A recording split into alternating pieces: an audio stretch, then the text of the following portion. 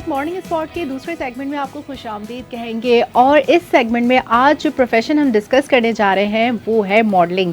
जी हाँ, आप मॉडलिंग के प्रोफेशन को कैसे इख्तियार कर सकते हैं, इसको लाइफ लॉन्ग करियर बनाना है, फ्रीलांस रखना है, और इस प्रोफेशन के क्या क्या चैलेंजेस हैं, किस तरह से आप इस फील्ड में अप्लाई कर सकते हैं, और इस फील्ड में अप्लाई करने के लिए आप में क्या क्या खुसूसियात होने चाहिए, खूबसूरती के अलावा आप में कौन सा टैलेंट होना चाहिए, और फिज़िकल फ़िटनेस का कैसे ख्याल रखना चाहिए, और कौन कौन सी एजेंसीज़ को ज्वाइन करना चाहिए जिसके थ्रू आपको परमानेंटली ये काम मिलता रहे। बिल्कुल ऐसा ही है। और मॉडलिंग एक ऐसी फील्ड है जो हमेशा से जो है वो कंट्रोवर्सी का बायस रही है, लेकिन इसमें कुछ ऐसे लोग भी हैं जो लिटरेट बैकग्राउंड से हैं, कुछ ऐसे लोग भी हैं जो इस सोसाइटी को, उसके नॉर्म्स को, उसकी कंट्रोवर्सीज को एक्सेप्ट नहीं करते। तो ऐसे ही एक टैलेंटेड खातून आज हमारे साथ मौजूद हैं। पेशे से तो वो वकील हैं, लेकिन जो उनका शौक़ है वो मॉडलिंग है। बहुत ही टैलेंटेड हमारे साथ मौजूद हैं बिशा अब्बास। अस्सलाम वालेकुम बिशा, कैसी हैं आप? अच्छा, अल्लाह का शुक्र है। अच्छा बिशा, मुझे ये बताएं कि मॉडलिंग कैसे, मतलब कैसे ये शौक़ आया आपके दिल में, किस तरह से आपने सोचा कि आपने मॉडल बनना है? मुझे लगता है कि मुझे ऐसा लगता था व्हेन आई वाज किड कि मैं पैदा ही मॉडलिंग के लिए हुई हूँ। फैमिली का एक अलग सिनेरियो था कि एजुकेशन भी आपने करनी है, एंड वो मुझे लगता है एक बहुत पॉजिटिव चीज़ थी। हर फील्ड के लिए एजुकेशन डिग्री बहुत ज़रूरी होती है। देन फिर अल्हम्दुलिल्लाह अल्लाह ताला ने हाइट बहुत अच्छी थी, गॉड गिफ्टेड थी चीज़ें, और उसके बाद मुझे लोग बहुत अच्छे मिले, गुड गाइडेंस मिली। तो इसलिए मुझे था कि मैंने ये बनना है, और मैंने बड़ा सक्सेसफुली इस फील्ड में काम किया। तो जैसे आपने बोला कि कंट्रोवर्सीज, दैट्स फाइन, कंट्रोवर्सीज रहती है क्योंकि हमारे अंदर अवेयरनेस की कमी है ना।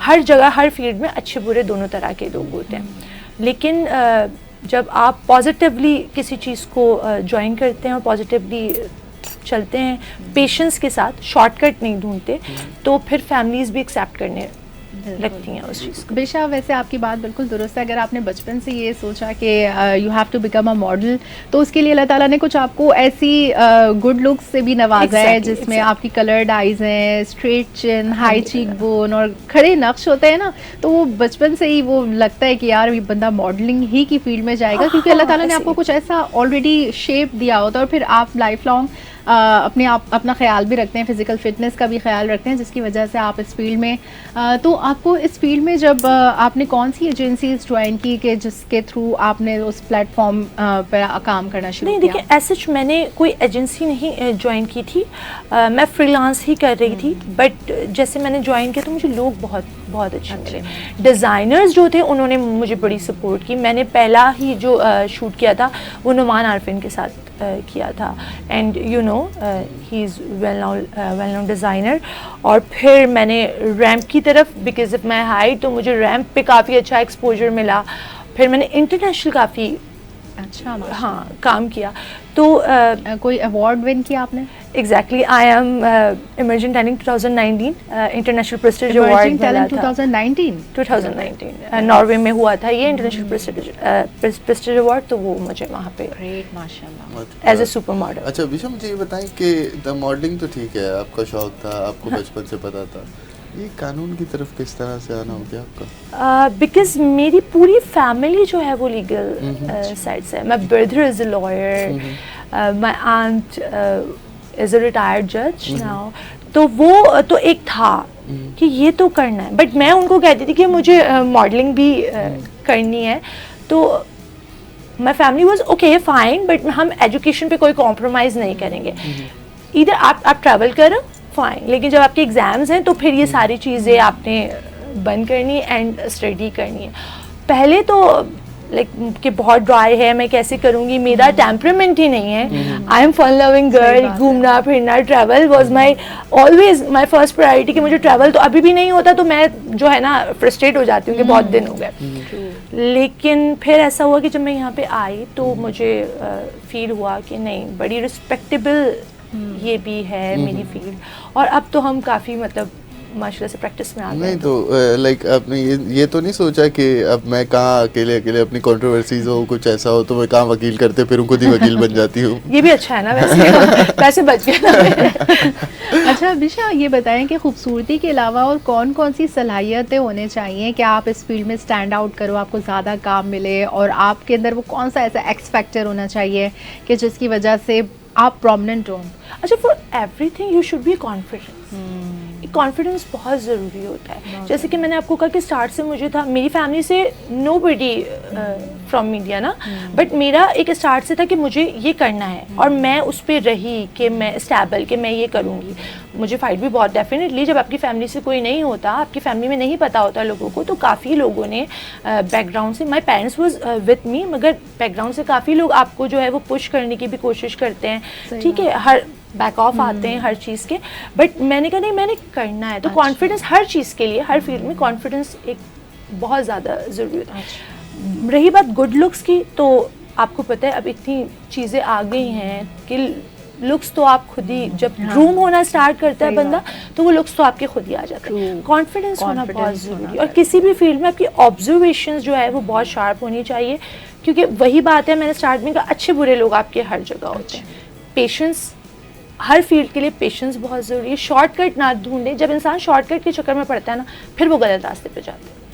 बिल्कुल ऐसा ही है। लोग ये सोचते हैं कि मॉडलिंग की फील्ड में शायद हर कोई जो है वो इस तरह कंट्रोवर्सीज में फंस जाता है, लेकिन बिशा ने बहुत अच्छी बात कही कि आपको बिल्कुल ध्यान से जब आप चलते हैं, शॉर्टकट की तरफ आप नहीं जाते, तो आप इस तरह के मसलों से बचे रहते हैं। अच्छा बिशा, आजकल लड़कियाँ जो टीनेजर्स हैं, टीनेजर्स लड़कियां तो ये सोचती हैं कि यार हमने बस जो है वो मेकअप करना सीख लिया, मेकअप करने के बाद हमने जो है वो थोड़ा सा ड्रेसिंग स्टाइल बेहतर कर लिया, तो we can become a model, या फिर हम जो है वो एक सोशल मीडिया पर्सनालिटी इन्फ्लुएंसर बन सकते हैं। लेकिन जहाँ तक मेरी नॉलेज है, या जहाँ तक हमें एक चीज़ का आइडिया है, क्योंकि हम खुद एक मीडिया पर्सनालिटीज़ हैं, तो मॉडलिंग एक बहुत डिटेल्ड फील्ड है।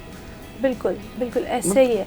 मतलब लोगों को ऐसा लगता है कि जाते के साथ ही आपने आना है और लोग आपको जानने लगेंगे, और वही बात है कि वो बच्चियाँ होती हैं ना फिल्मी, I was also like that कि मैं जाऊंगी और मैं तो हीरोइन बन जाऊंगी, और फिर तो लोग मेरे जो है ऑटोग्राफ ले रहे होंगे, सेल्फीज। ऐसा नहीं होता है, ऐसा नहीं होता। फिर पता है क्या होता है, बिकॉज वो बच्चों का माइंड जो है वो छोटा होता है, ज़ाहिर लिमिटेड होता है। वो क्या करते हैं कि डिप्रेस्ड हो जाते हैं कि क्यों नहीं हो रहा। हालांकि स्ट्रगल देखिए, हर किसी का स्ट्रगल है, किसी ने भी आते के साथ ही तो कोई भी आगे नहीं बढ़ जाता ना। तो मैं ये बच्चियाँ हैं, ठीक है, हम ये नहीं डिमोटिवेट नहीं करूँगी मैं।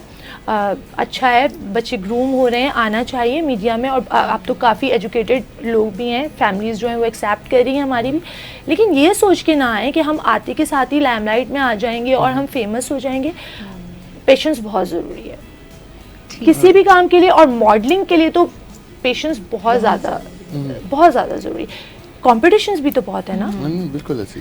अच्छा बिशा, ये बताएं कि मॉडलिंग में आपको क्या ज़्यादा टफ लगता है, या क्या ज़्यादा इंटरेस्टिंग लगता है? रैंप वॉक अच्छी लगती है, या फिर शूट्स अच्छे लगते हैं, स्टिल्स अच्छी लगती हैं, क्या? अच्छा, रैंप वॉक बहुत मज़े की है, बिकॉज एक स्टार्ट से था मॉडलिंग तो है ही ramp walk, shows your confidence. हाँ एग्जैक्टली। मॉडलिंग जब मैं, मुझे अभी तक याद है जब मैं जा रही थी, हमारा बैक स्टेज था और मेरा नेम कॉल किया गया कि अब तो आई वाज शिवर्ड लिटरली, ठीक है। मैंने हील्स में, एक तो मैं टॉल हूँ, और हमारी सोसाइटी में जब एक लड़की टॉल है तो फिर हमें हील्स नहीं पहन सकती मैं, तो मैंने बहुत पहले से प्रैक्टिस करना स्टार्ट कर दी थी वॉक की, बिकॉज मैं यूज्ड टू नहीं थी हील्स पहनने की उस वक्त, तो मुझे बड़ा इंटरेस्टिंग लगा। उसके बाद तो ऐसा हो गया था कि फिर बस रैंप होती थी वो, मेरी बारी आए और मैं बस जाऊँ, ऐसा होता था। अच्छा, ये सही है कि कॉन्फिडेंस हो कि रैंप वॉक ही ज़्यादा अच्छा है। हम तो बचपन से जो है ना, वो बचपन में गिरते आए हैं, तो हम बोलते थे हमें एक जगह बिठा दो, हम बस उसमें जो फिक्स आ गए, इसी में जितनी पिक्चर्स लेनी है ले लो। नहीं, स्टिल्स बड़ा मुश्किल काम है। मतलब मैंने तो खावर रियाज को शायद आप जानते होंगे, ही वॉज माई टीचर, और आप बिलीव करें कि वो, मैं बोलती हूँ कि उनके जैसा कोई फोटोग्राफर नहीं है। रमज़ानों में ना वो कहते हैं बस बगैर सांस रोके हुए खड़े हो जाओ, जब तक उनको अपना क्लिक नहीं मिलता ना वो नहीं छोड़ते आपको, लेकिन वो आपको बना देते हैं। बिल्कुल ऐसे तो अच्छा, यही मैं पूछना चाह रही थी कि जैसे मेरा भी कुछ शूट्स का एक आइडिया है मुझे, तो एक अच्छा फोटोग्राफर कितना इम्पोर्टेंट है, क्योंकि आपका पूरा वो ड्रेस, उसकी लुक निकालना, आपकी लुक निकालना, उसके लिए फोटोग्राफर, डायरेक्टर, ये सब और लोकेशन, सब चीज़ें मिलाकर क्या चीज़ कैमरा तो एक फोटोग्राफर के हाथ में ना, वो देख रहा है आपको, नज़र उसकी है ना कि आप प्रॉपर हो नहीं हो, आप तो अपना काम कर रहे हो, लेकिन जो मैजिक लेकर आता है who is the magician, photographer, तो वो आपको सिखाते भी हैं। हमारे यहाँ पे बड़ा प्रोफेशनलिज्म है, ऐसा नहीं है, और हमें लगता है कि हमने खड़े हो गए, हमने ऐसे फोटो, नहीं, बड़ी मेहनत होती है। अच्छा अभिषा, ये कंट्रोवर्सीज के बारे में एक तरफ मैं आना चाहूँगा कि इसमें कहा जाता है कि हरासमेंट बहुत है मॉडलिंग की फील्ड में, आप फैशन की फील्ड या फिर शोबिज़ साइड पे आप कह लें, मतलब इस तरह के हरासमेंट के केसेस और खासकर फीमेल्स के साथ जो है वो, अब तो द फीमेल्स के साथ तो एक दौर था जब फीमेल्स के साथ होती थी, अब तो मेल्स भी उसी लाइन में। एग्जैक्टली, देखिए ये चीज़ें मैं ये नहीं कहूँगी कि नहीं है, बिल्कुल है, ठीक है, वही बात है कि सही लोगों का मिलना, हर फील्ड में ये सही लोगों का मिलना बहुत ज़्यादा ज़रूरी है। हमारे यहाँ होता है कि हम शॉर्टकट के लिए ना कोई भी बुला रहे हैं, हम उसके पास जा रहे हैं, एटलीस्ट आप पहले उसको देखें तो सही कि कितना ऑथेंटिक बंदा है वो, आप जिसके पास जा रहे हैं आया वो सही है भी वो इस, क्योंकि क्या होता है जब नए लोग आते हैं ना, उनको तो नहीं पता ना कि वो पीआर मैनेजर्स बहुत बन के घूम रहे हैं, ठीक है, इस तरह के लोग हैं ना कि वो जो है आपको बोलेंगे कि मैं तो तुम्हें ये भी बना दूंगा, मैं तो तुम्हें वो खुद कुछ नहीं है तो वो आपको क्या बनाएंगे। एग्जैक्टली ऐसे वही, अब 18-19 साल की बच्ची है, पेरेंट्स हमारे डेफिनेट सी बात है वो इस चीज़ को एक्सेप्ट नहीं करते, तो वो क्या करती हैं, दूसरों की गाइडेंस पे चल रही है। तो मेरा बेसिकली पेरेंट्स से भी कि अगर आप देखें आपके बच्ची में या बच्चे में ये शौक है तो आप उसके साथ खड़े हों। हाँ।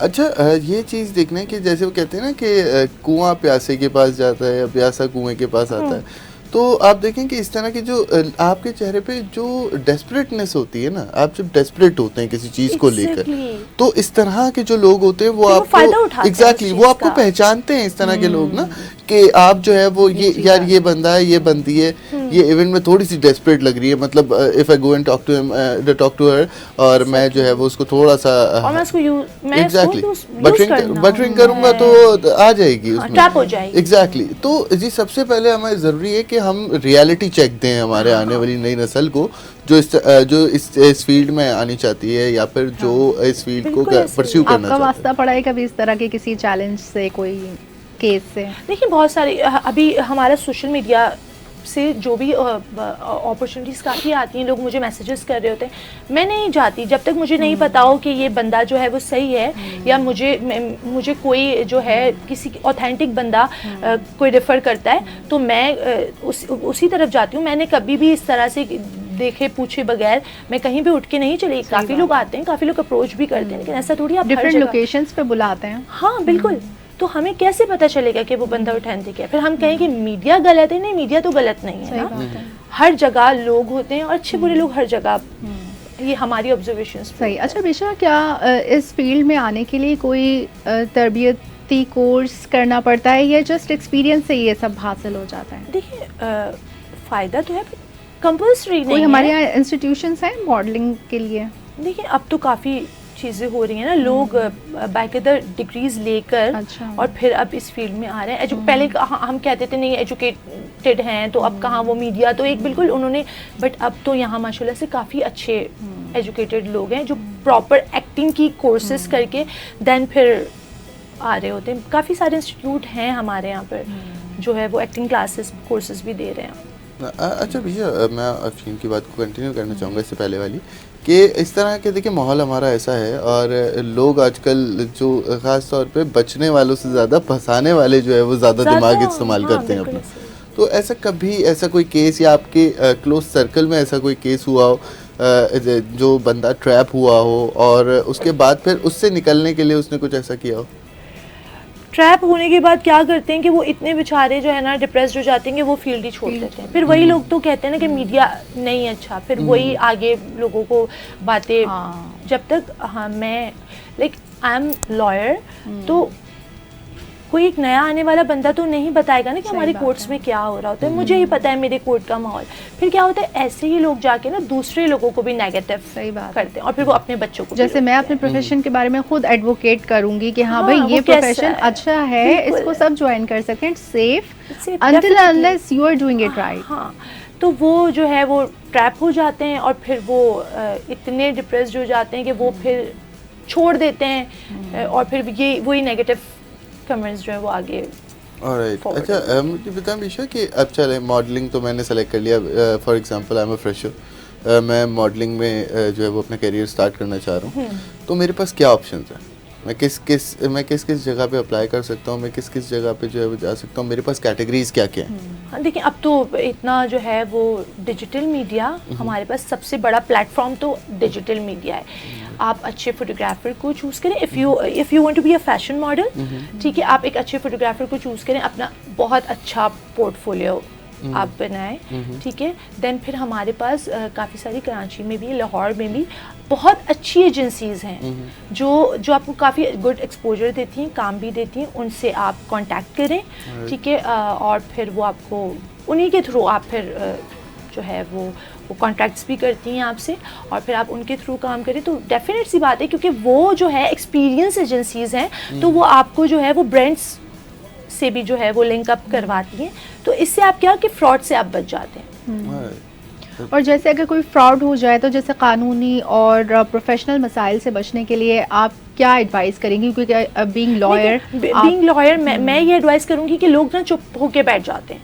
लोग आवाज़ नहीं उठाते, ठीक है। तो मेरा ये है कि जब तक आप बोलेंगे नहीं, आपको कैसे पता चलेगा ना। नेगेटिव कमेंट हम पीछे पीछे से हर किसी को कर रहे होते हैं, बट एक्चुअल जो आपके साथ हो रहा है, जब तक वो आप नहीं बोलेंगे, वो आप लोगों को सही नहीं बताएंगे। तो हमारे पास एक बहुत ऐसी एग्जाम्पल है, एक मॉडल जिनका भी रिसेंटली कराची में एक फ्लैट में वो मुर्दा पाई गई। बिल्कुल ऐसे, तो उन्होंने क्योंकि अपने लिए आवाज़ नहीं उठाई कि भाई मुझे पेमेंट नहीं मिल रही है, कोई भी मतलब जैसे इस फील्ड में क्या बहुत सारी फील्ड में मैंने देखा है, मीडिया फील्ड में ख़ुसूसी तौर पर, कि इतना डिले है पेमेंट्स का और लोग आवाज़ नहीं उठाते हैं और खामोशी से दे डाई इन साइलेंस, या फिर क्या उन पर गुजर रही है वो नहीं जो भी है। आप जुल्म बर्दाश्त करने वाला भी जालिमों में से है ना, तो जब तक आप अपने लिए आवाज़ नहीं उठाओगे तो कैसे? अब वही बात है कि उनकी फैमिली भी उनको सपोर्ट नहीं करती। तो मैं कहती हूँ कि यार कुछ भी है ना, हमारा बैक सपोर्ट एक फैमिली, अल्लाह ताला ने हमें एक फैमिली एनवायरनमेंट दिया है, तो आप फिर उसको जो है वो। और मैं ये समझती हूँ क्योंकि बहुत सारी मॉडल्स जो हैं लाहौर से कराची आके शिफ्ट होती हैं विदाउट हैविंग their family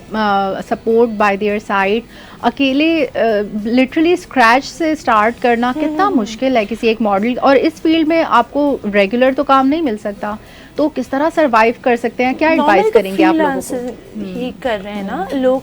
देखिए, मैं एडवाइस यही करूँगी कि ठीक है, मैं लड़कियों का अकेले रहना या सिटीज़ में मूव करना, मैं उसको सपोर्ट करती हूँ कि लड़कियाँ जो हैं वो अब जाहिर सी बात है स्ट्रॉन्ग हैं, स्ट्रॉन्ग रहना भी चाहिए, वो कोई नहीं, बट फैमिली का सपोर्ट होना। एटलीस्ट आप दिन में कॉल करके अपनी बच्ची या बच्चे को, मैं इवन ये लड़कों के लिए भी बात करूँगी कि पूछे ना कि बिल्कुल। लेकिन क्या काम इतना मिल रहा है इस फील्ड में? क्योंकि जब इतनी मशहूर मॉडल होके शी डाइड इन साइलेंस, तो इतनी मशहूर मॉडल के साथ अगर ऐसा हो सकता है, तो आम बच्चियां जो इस फील्ड में अभी फ्रेशर बिल्कुल फ्रेशीज हैं, उनका क्या हो रहा होगा? देखिए, यही तो बात होती है ना, फिर वो तो एक मैच्योर थीन लेडी थी, बच्चियां फिर वही शॉर्टकट ढूंढने के चक्कर में, क्योंकि आजकल हम फाइनेंशियल इश्यूज भी तो हमारे घरों में बहुत ज़्यादा है ना, तो वही होता है कि फिर इसलिए मैंने पहले ही कहा कि पेशेंस भी बहुत ज़्यादा ज़रूरी है, क्योंकि और मैंने देखा है कुछ लड़कियां तो लाहौर से अपने घर बार छोड़ के आती ही इस फील्ड में कि वो अपनी फैमिली को सपोर्ट करें, जबकि आई थिंक कि इससे इतना आप अर्न नहीं कर सकते कि आप अपनी फैमिली को भी सपोर्ट करें।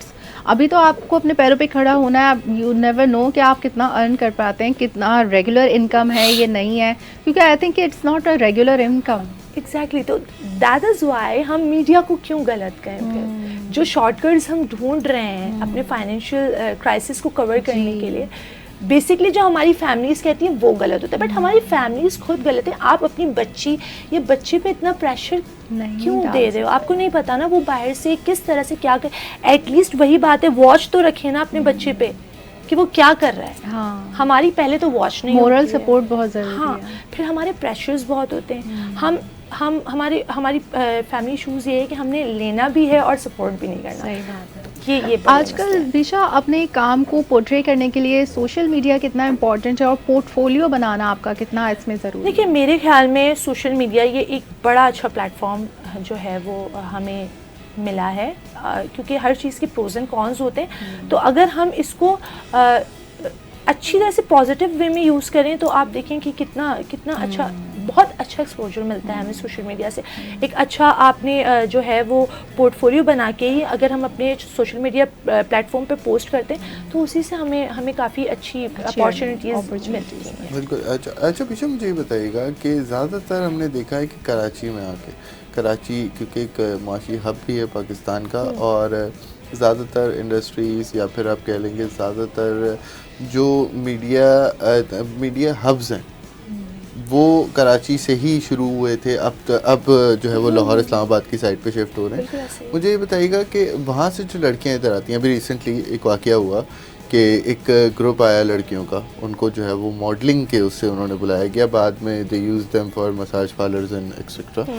सो मतलब क्या ऑथेंटिसिटी कैसे उनकी देखें कि लड़कियों को ऑथेंटिक सोर्स क्या, किस तरह से उनको पता चले? देखिए, मैंने आपको एक पूरा प्रॉपर वे आउट बताया कि आपको कोई भी बुला रहा है, आप कैसे, ये तो मैं किसी भी फील्ड में, मैं किसी भी बच्चे या लड़के को भी आप कैसे कहीं पर भी जब तक आप देख नहीं रहे आपको बुला कौन रहा है? ठीक है, इसका एक प्रॉपर वे यही है ना कि आप अपना एक, जैसे कि सीवी है हमारी, हम सीवी बनाते हैं ना, हम जो है वो जॉब्स की कुछ वेबसाइट्स हैं उसमें हम उसको अपलोड करते हैं। ठीक है, उसके बाद भी हम देखते हैं कि कौन सी कंपनी ऐसी है जो आपको जो है वो ऑथेंटिसिटी तो हमें देखनी पड़ती है। अब आपको कोई भी ऐसी बंदा उठ के कॉल करके बोल रहा है कि मैं तुम्हें जो है ना वो तो सुपर मॉडल बना दूंगा, और कैसे बना दूंगा? ठीक है, उसके लिए प्रॉपर, हर चीज़ के लिए एक प्रॉपर एजेंसी बनी हुई है। जैसे जॉब्स के लिए कंपनीज हैं जी, जैसे हम जॉब के लिए लिंक्डइन एक हमारा प्रोफाइल, बिल्कुल लिंक्डइन इसी तरह हमारे पास इंडीड है। मॉडलिंग के लिए कौन सी ऐसा प्लेटफॉर्म है? देखिए, ऐसी बहुत सारी एजेंसीज हैं। अभी हमारे पास गूगल है, अगर हम गूगल पे सर्च करें तो गूगल पे आपके पास काफ़ी सारे जो है वो प्रोडक्शन हाउसेज, आप लिखें production house in Karachi, production house in Lahore, तो आपके पास एक पूरी प्रॉपर लिस्ट आ जाती है उसकी। ठीक है, उसमें लोगों के व्यूज़, रिव्यूज़, हर चीज़ लिखी हुई होती है। हमारे पास अब तो काफ़ी, पहले मैं कहती थी कि पहले के दौर में हम नहीं वो कर सकते, लेकिन अब तो हमारे पास घर में बैठे हुए हर चीज़ है। उसके बाद भी अगर हम धोखा खाते हैं तो किसकी गलती है फिर? एग्जैक्टली ये ऐसे ही है। हम असल में क्या है कि आप कंपटीशन जब इतना ज़्यादा होता है तो लोग, अब कोई भी आप देखें कि नया पेज है, उसने अपनी प्रोफाइल थोड़ी अच्छी बनाई हुई है। अब तो आप देखें ना कि पूरी वेबसाइट्स जो है वो 2-3 हज़ार में पूरी वेबसाइट्स रेडी होकर आपको मिल जाती हैं, डोमेन्स मिल जाते हैं आपको। लोग एक professional feel and look create करते हैं और उसके बाद फिर जो है वो उसको अपने स्कैम्स को या फिर अपने जो है वो ट्रैप्स को उससे फिर कैरी आउट करते हैं, परस्यू करते हैं। लेकिन जो लड़कियां अपॉर्चुनिटी की वजह से थक जाती हैं, जैसे कि पीछा इतनी देर से यही बात बोल रही हैं कि आप जो है वो इस चीज़ को देखें कि जब आपने एक चीज़ को सही तरह से, आपका दिल नहीं मान रहा उस पर, आपने बोला कि यार मैं जो है वो मैं इस चीज़ को फॉलो कर रही हूँ क्योंकि मुझे अपॉर्चुनिटी मिल रही है, कि मैं इतने टाइम से ट्राई कर रही हूँ, मुझे वहाँ पर कोई प्रॉपर अपॉर्चुनिटी नहीं मिल रही, लेकिन यहाँ पर मुझे मिल रही है तो मैं रिस्क ले लेती हूँ। तो दैट रिस्क ले लेती हूँ वाला moment usually turn out to be your crisis. Exactly यही होता है। और फिर आपको कोई एक्स्ट्रा फेवर देना, जब भाई मैं तो तुम्हें इतने पैसे भी दे रहा हूं, फ्लैग नहीं होता स्टार्ट में, नहीं मिलता आपको कुछ भी। आपको स्टार्ट में किसी भी, अगर आप बिजनेस में भी कर रहे हो तो आप दिमाग बना के एक बिजनेस करते हो कि 6 मंथ तो मैंने अपनी पॉकेट्स इस पे इन्वेस्ट करना है, देन फिर आपके पास है, तो कोई आपको कैसे खड़े हो के जो है वो लाख रुपए देने के लिए तैयार हो जाए, है ना? बहुत बड़ा स्कैम हो सकता है ये तो। अच्छा दिशा, एआई ने अब ना बहुत सारे जॉब्स रिप्लेस कर दिए हैं, इसी तरह एआई मॉडल्स भी आजकल अगर सोशल मीडिया पे देखें तो आप डिफरेंस ही नहीं कर सकते कि ये एआई मॉडल है कि ये रियल है। और आप अपनी ही पिक्चर्स को बहुत अच्छी तरीके से उन प्रॉम्प्ट्स देकर अच्छी ड्रेसअप हो सकते हैं। आपने कोई शूट नहीं भी किया लेकिन आप ऐसा बैकग्राउंड उसमें दे दें, तो आजकल जो है ना काम मतलब नज़र का धोखा भी हो सकता है। तो ये का जॉब को खा रहा है इस तरह की जॉब्स को, या फिर अभी भी काम है हाँ सबके देखिए, लिए? एक रोबो जनरेशन तो है, उसको तो हम नहीं डिनाई कर सकते, लेकिन ह्यूमन रिसोर्सेज की एक अलग ही बात होती है हाँ, ना। रोबो एंड बिल्कुल। दे बोथ आर डिफरेंट, वो रिप्लेस नहीं कर सकता कभी भी इस चीज़ को। अब जैसे जूलिया रॉबर्ट ही रहेंगी, उनका कोई एआई नहीं बन सकता, हाँ, जो एक नाम है exactly, ऑलरेडी ऐसे ही ऐसे, आ और चुके नाम हैं। बनाना पड़ता है, बड़ा टाइम लगता है इन सब चीज़ों में। उठते आप रात को सोएं और सुबह उठें और आप फेमस हो जाएं, ऐसा नहीं, ऐसा नहीं है। अच्छा, कहीं ना कहीं दिशा, इस बात को शायद हमें एक्सेप्ट करने की ज़रूरत है, शायद आप मेरी बात से एग्री करें कि हम अभी जिस एआई के फेस में हैं, ये बिल्कुल इनिशियल फेस है। एआई आप देखें कुछ कॉन्फ्रेंसेस में एआई के जो डेवलपर्स हैं, जो मीडिया, वो जैसे आप कह लें हब्स हैं एआई के, जो उनके पास जो बेटा वर्जन्स हैं, वो उसके अंदर कह रहे हैं कि रेवोल्यूशनरी चेंजेस हैं वो। मतलब वो ये कह रहे हैं कि आज तो चलें, आपको फ़र्क पता लग जाता है। फॉर एग्जांपल आप कुछ किसी जेमिनाई से या फिर आप किसी जगह से अपनी कोई पिक्चर बनाते हैं, तो वहाँ पर उसका टैग आ जाता है, या फिर जो है वो कर्व्स वगैरह में कहीं, फेस कट्स वगैरह में कहीं आपको फ़र्क पता चल जाता है कि नहीं यार ये एआई है। लेकिन आने वाले दौर में वो इस तरह से बता रहे हैं कि आप लिटरली फ़र्क नहीं कर सकते कि I can prove your real picture fake and your fake picture. You are right, it should be worst, मुझे पता है ये सब चीज़ें हैं, लेकिन वही बात है ना कि देखिए हर ताले की चाबी है, तो उसकी भी चाबी कहीं ना कहीं से हम निकाल ही लेंगे। नहीं तो ह्यूमन मॉडल को तो देखिए, आप देखें उनका जो स्ट्रैटेजी है वो यही है कि ह्यूमन मॉडल जो है एक वर्क स्ट्रैटेजी जो होती है, उसके अंदर ह्यूमन मॉडल को ख़त्म करना है। आपको इंसान को जो है वो रोबोट से रिप्लेस करना है।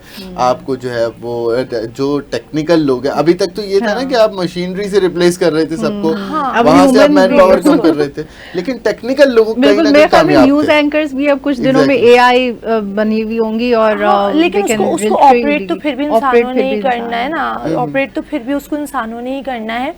तो बात ये है कि हाँ, वो लोग वो चाह रहे हैं कि ह्यूमन रिसोर्सेज को वो जो है ना वो थोड़ा कम करें, बट देखिए फिर भी ये इसका इंसान का तो रिप्लेसमेंट नहीं है। इंटेलिजेंस, ह्यूमन इंटेलिजेंस को चलने रिप्लेस नहीं कर सकते, लेकिन इसमें तो अफशीन कोई नौकरी हो तुम जो बताइएगा। ये बहुत आने वाले वक्तों में बहुत जल्दी कोर्सेज करने कोर्सेज करने चाहिए आने वाले वक्तों में बहुत अच्छा। लेकिन ये कि apart from jokes, physical fitness कितनी इम्पोर्टेंट है इस फील्ड में रहने के लिए, क्योंकि अल्लाह ताला ने you are blessed with good looks, but how to maintain them, और फिजिकली फिट होना इसमें कितना ज़रूरी है? देखिए बहुत ज़रूरी है। मैं कहती हूँ कि एक नॉर्मल बंदा भी, सिर्फ मॉडल या एक्टर ही फिजिकल फिट नहीं होने चाहिए। हमें सबसे देखिए सेहत है तो हर चीज़ है ना, अल्लाह ना करे, मतलब हमें सबसे पहले तो अल्लाह का शुक्र अदा करना चाहिए कि हम प्रॉपर उठ रहे हैं सुबह को, तो हेल्थ तो बहुत ज़्यादा ज़रूरी है। यहाँ पे हमारी फील्ड में क्या होता है कि लड़कियाँ या लड़के बहुत ज़्यादा कॉन्शियस हो जाते हैं डाइट्स को लेके, लेकिन वो अपनी हेल्थ का ख्याल नहीं कर रहे होते। वो ऐसी डाइट कर रहे होते हैं जो आपकी बॉडी को लॉस, जैसे मैंने सुना है कीटो डाइट बहुत ज़्यादा मॉडल्स करती हैं, तो सिर्फ प्रोटीन इंटेक, लेकिन बाकी सब चीज़ों से फिर वो डिप्राइव हो जाती आपको पहले जो है अपनी बॉडी स्ट्रक्चर तो देखना चाहिए कि आया कि मैं जो डाइट कर रही हूँ वो मुझे सूट कर रही है या नहीं कर रही, कहीं और तो वो मुझे लॉस नहीं कर रही। क्या रोटी चावल बिल्कुल छोड़ देते हैं? हाँ, वो छोड़ना पड़ता छोड़ देते हैं वो, ठीक है। और मुझे ऐसा लगता है कि हमारी हेल्थी डाइट्स में देखिए फ्रूट्स बहुत ज़्यादा ज़रूरी है, वेजिटेबल्स का इंटेक्स बहुत ज़्यादा। मुझे तो लगता है एक वेजी फ्रूट का बॉल है ना, वो इतना यमी भी होता है, देखने में भी खूब अच्छा लगता है, और बहुत ज़्यादा आपके हेल्दी भी होता है, क्लीन ईटिंग पूरे दिन भी में है। कितनी अनहेल्दी चीज़ें खाते हैं, और जैसे जैसे हमारी एज जो है वो बढ़ती है, हमारी बॉडी नॉर्मल बनने की वो एक्सेप्ट नहीं कर रही थी, जब भी तो हम बीमारियों की सही बात तरफ जाते हैं। आप इस जगह पे आप देखें कि लोग क्या करते हैं कि यार मैं बिल्कुल रेड मीट छोड़ दिया तो फिर बिल्कुल ही छोड़ दिया, सिर्फ चिकन पे आ गए आप। मतलब अगर देखिए जो चीज़ कुदरती है, अल्लाह ने जो बनाई है आपके लिए हलाल रखी है, वो तो आपने एग्जैक्टली। आप आज अगर किसी एआई मॉड्यूल से या चैट जीपीटी से भी आप पूछते हैं ना अगर कि यार मैं डाइट में क्या लूँ, तो वो आपको लाजमी प्रेफर करता है कि आप red meat once a week जरूर लें। हाँ एग्जैक्टली।